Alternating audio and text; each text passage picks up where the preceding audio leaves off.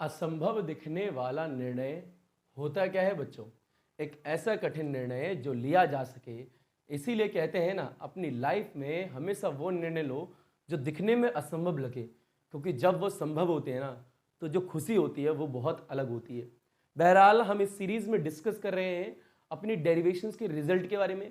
जो भी रिजल्ट आपके आते हैं उनका डायग्राम क्या होता है, उनका फॉर्मूला क्या होता है, उनकी ऐसा यूनिट क्या होती है, उनके डायमेंशन क्या होते हैं, उनको वेक्टर फॉर्म में कैसे लिखते हैं, उनके रूल्स क्या क्या होते हैं। ये सारी चीज़ें हम इस सीरीज में दिखा रहे हैं आप लोगों को, जो कि आप जब एंट्रेंस दोगे उसमें बहुत काम आएंगे। अपनी ग्रंथ वाली कॉपी में नोट्स बनाते रहिएगा।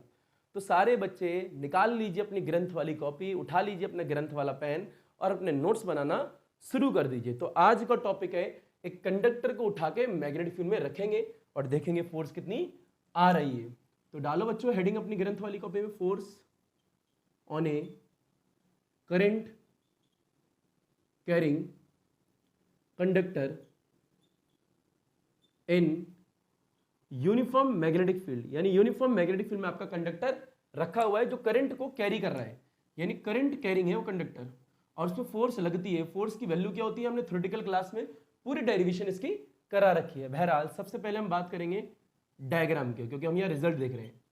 देखो यूनिफॉर्म मैग्नेटिक फील्ड बनाएंगे, ये यूनिफॉर्म मैग्नेटिक फील्ड है, और इस यूनिफॉर्म मैग्नेटिक फील्ड में आपका कंडक्टर रखा हुआ है, यानी एक वायर का टुकड़ा रखा हुआ है। ये ए ले लिया, इसका नाम सी ले लो। इसमें जा रहा है करंट, इसकी लेंथ है एल। तो जैसे करंट कैरी कंडक्टर को उठा के यूनिफॉर्म मैग्नेटिक फील्ड में रखते हैं तो उस पर फोर्स लगती है। उस फोर्स की वैल्यू क्या होती है, I L B sine theta, जो कि हमने थ्योरेटिकल क्लास में ड्राइव भी करवा रखी है। यानी जैसे ही मान लीजिए कंडक्टर ये रहा, यहाँ मान लो इसे उठा के मैग्नेटिक फील्ड में रखा और इसमें से करंट जा रहा है, तो इस पर फोर्स लगेगी। उस फोर्स की वैल्यू क्या होगी, यहाँ लिखो सेकंड में फॉर्मूला।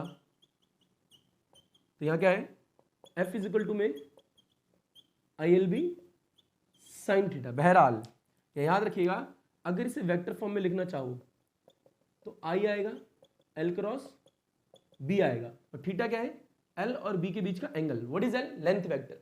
लेंथ वेक्टर की डायरेक्शन वही होती है जो करंट की होती है। अगर करंट ऊपर जा रहा है तो एल की डायरेक्शन भी ऊपर ही होगी। देख लीजिए यहाँ पे, मान लीजिए वायर का टुकड़ा ये है कोई, इसमें करंट इधर आ गए तो एल की डायरेक्शन भी इधर ही होगी। अगर वायर का टुकड़ा ये है, करंट नीचे आ रहे तो एल की डायरेक्शन भी नीचे होगी। यानी लेंथ वेक्टर की डायरेक्शन वही होती है जो करंट की होती है। ये इंपॉर्टेंट पॉइंट है, न्यूमेरिकल में काम आता है, याद रखिएगा इस बात का। बहरहाल थर्ड पॉइंट देखो यहाँ पे, मान लीजिए यहाँ पे थीटा की वैल्यू 90 डिग्री हो, तो एक केस ले लो 90 का, एक केस ले लो 0 डिग्री का, और एक केस ले लो 180 डिग्री का। तो देखो theta is equal to 90 degree, यहाँ डालोगे साइन 90 कितना हो गया 1, तो आई एल बी आ गया आपकी फोर्स की वैल्यू जो कि मैक्सिमम है। आई एल बी जो कि क्या है, मैक्सिमम। एक केस हो गया यहाँ पे। Theta is equal to 0 degree, यहाँ डालोगे साइन 0 इज 0, तो पूरी वैल्यू क्या होगी 0, तो एफ आ गया मिनिमम जो कि कितना आया 0। बहरहाल ये 180 डिग्री है, 180 डिग्री उठा के यहाँ डालोगे आप लोग, साइन 180 0, पूरी वैल्यू क्या होगी 0, तो एफ मिनिमम कितना आएगा फिर से 0। यानी दो केस में 0 आ रहा है और एक केस में मैक्सिमम आ रहा है। तो मैक्सिमम वैल्यू कितनी है आई एल बी, और मिनिमम वैल्यू कितनी है 0। ये एक बात है। इंपॉर्टेंट पॉइंट ये, फोर्स तो एक वेक्टर क्वांटिटी है, और अगर वेक्टर क्वांटिटी है तो डायरेक्शन भी होगी। वो डायरेक्शन क्या है देखनी है। देखो यहाँ पे फोर्थ पॉइंट, डायरेक्शन। डायरेक्शन किस रूल से निकालेंगे, कोई पूछे। देखो, direction of the force is to be find out by the right hand palm rule. यानी राइट हैंड पाम रूल का इस्तेमाल करते हुए फोर्स की डायरेक्शन पता लगा सकते हो। बहरहाल दिखाते हैं आपको। मान लीजिए ये क्या आपका हाथ है, फील लो, ये थंब है। हमेशा अपने थंब को करंट की डायरेक्शन में रखना है। तो point your thumb, point your thumb in the direction of current. यानी जिस डायरेक्शन में करंट होगा उस डायरेक्शन में आप अपने थंब को रखने वाले हो, और जो फिंगर है ये पॉइंट करोगे in the direction of magnetic field. तो ये क्या है, फिंगर को पॉइंट करोगे, point in the direction of magnetic field, यानी मैग्नेटिक फील्ड की डायरेक्शन में पॉइंट कर रहा है, यानी बी लिख लो यहाँ पे, बी में। तो जो गोरी चमड़ी होगी, क्योंकि यहाँ पे गोरी चमड़ी है और यहाँ पे हमारी काली चमड़ी है, तो गोरी चमड़ी gives the direction of force.